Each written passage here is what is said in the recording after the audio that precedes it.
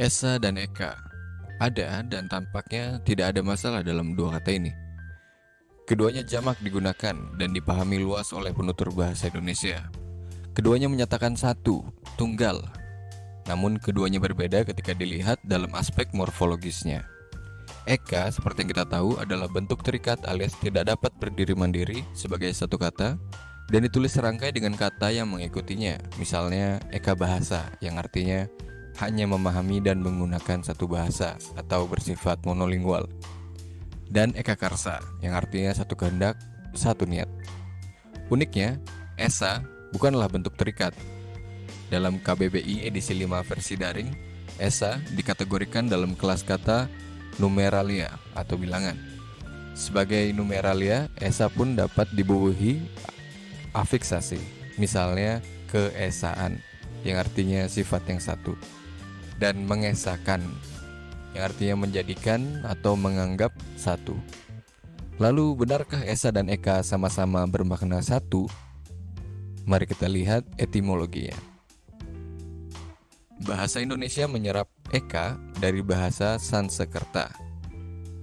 Dalam Sanskrit Loan Words in Indonesian tahun 1997 karya J.G. de Kasparis, Eka bermakna satu. Dalam sumber lain, Kamus Klasik Sanskrit English Dictionary M. Monier Williams 1909, Eka bermakna satu, sendiri, tersendiri, single, dan terjadi sekali. Sama seperti Eka, Esa berasal dari bahasa Sanskerta. Dalam Sanskrit Loanwords in Indonesian 1997 karya J.G. de Kasparis, Esa bermakna satu, hanya satu atau one only. Mengacu pada Sanskrit English Dictionary yang dikutip de Kasparis, Esa juga mengacu pada Tuhan atau Lord. Di sumber lain, Kamus Umum Bahasa Indonesia karya Purwadarminta juga memaknai Esa sebagai tunggal, satu. Meski sama-sama bermakna satu, Eka dan Esa setidaknya digunakan dalam konteks yang berbeda. Esa digunakan untuk segala sesuatu yang menunjuk pada Tuhan.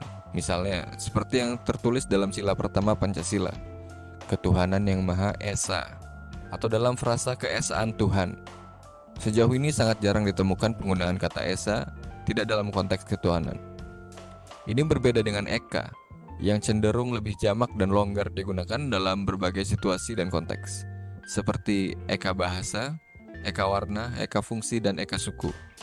Eka sebagai kata bilangan juga memiliki numeralia sejenis lain, seperti dui, tri, dan sebagainya.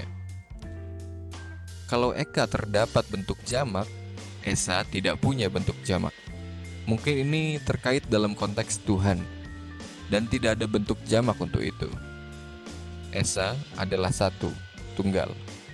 Namun seperti yang kita tahu, satu tidaklah sama dengan tunggal. Satu adalah angka, bilangan. Sementara tunggal adalah satu-satunya atau numeralia, bukan jamak atau adjektiva dan utuh. Adjektiva. KBBI edisi 5 daring. Sepertinya kata Esa lebih membutuhkan pendekatan konseptual dibanding pendekatan numerik. Kita ambil contoh, ketika dinyatakan bahwa Tuhan itu satu, bagaimana kita menjelaskan definisi satu tersebut?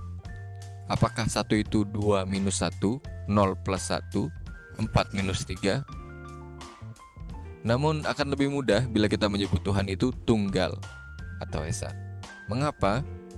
Karena konsep tunggal yang tidak hanya berupa angka, satu, tapi juga memiliki sifat dan konsep kesatuan yang utuh.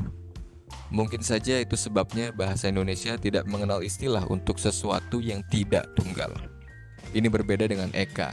Seperti yang diungkapkan sebelumnya, terdapat kata dui dan tri. Mungkin ini dapat menjadi masukan kecil bagi badan bahasa dengan menambahkan keterangan tambahan kelas kata sifat atau adjektiva dalam entry Esa di KBBI.